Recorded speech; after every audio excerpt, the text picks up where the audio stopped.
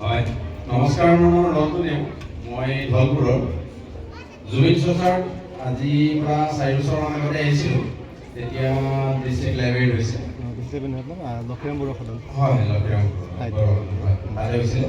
তেতিয়া আহিছিলোঁ তাৰ আগতে মানে মোক এজন ল'ৰাই এইটো হেৰিটো দিছিলে আৰু লিংকটো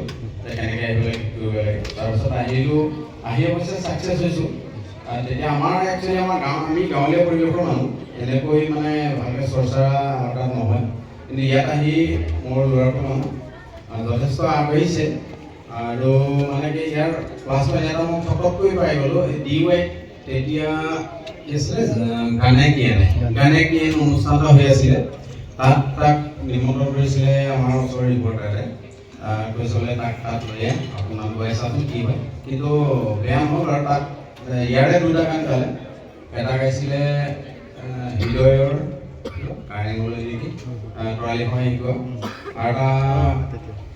আৰু এটা শিকাইছিলে দিগন্ত আৰিজা শিকাইছিলে তাৰ এটা গান গাইছিলে তাৰ বাকী 2টা আমাৰ ওচৰৰ ল'ৰা শিকাইছিলে গতিকে এনেদৰেও স্ক'প এটা পায়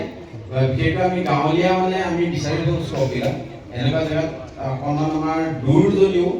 মানসিকভাৱে ভাগি পৰা নাই মানসিক সবল কাৰণেই আজি আমি ইয়াত উপস্থিত হ'ব পাৰিছোঁ যথেষ্ট ভাল লাগিছে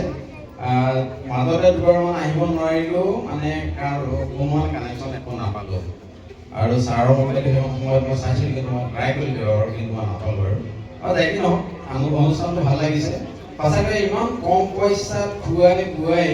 ল'ৰা ছোৱালীক শিক্ষা দিয়াটো ইমান সহজ কথা নহয় সঁচাকৈ এইটো মানে কি বুলি কয় মানৱ সেউজী অনুষ্ঠান বুলি মই ক'বলৈ বাধ্য হৈছোঁ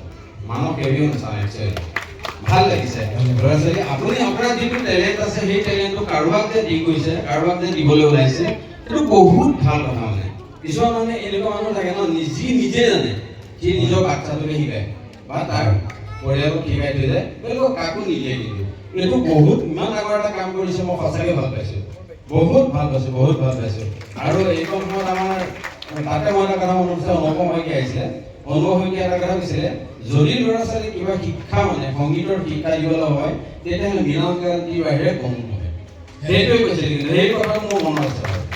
আৰু এজনে কৈছিলে যেনেকুৱা টাইপৰ কথা এটা মই মানে একজেক্ট মনত পৰা নাই কিন্তু সেই কথাটো মই আঁৰাই চব আমাৰ গাঁৱতো কওঁ যদি কেনেবাকৈ টানি কাৰোবাৰ গান শিকাবলৈ বা কিবা কৰিবলৈ নাইটো ঢোলটো টানিলে ছাৰক আনিবি আৰু ছাৰক মই কৈছিলোঁ ছাৰে কৈছে মোৰ অসুবিধা হয় তাত যাবলৈ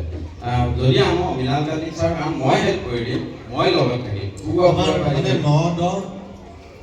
এবাৰেই আমি খালি বেলেগ তাৰিখ স্কিপ কৰিছিলোঁ মানে মই 9 তাৰিখটো খুব ভাল পাওঁ আৰু 7 তাৰিখটো মোৰ নিউমাৰলজি মতে খুব ভিৰ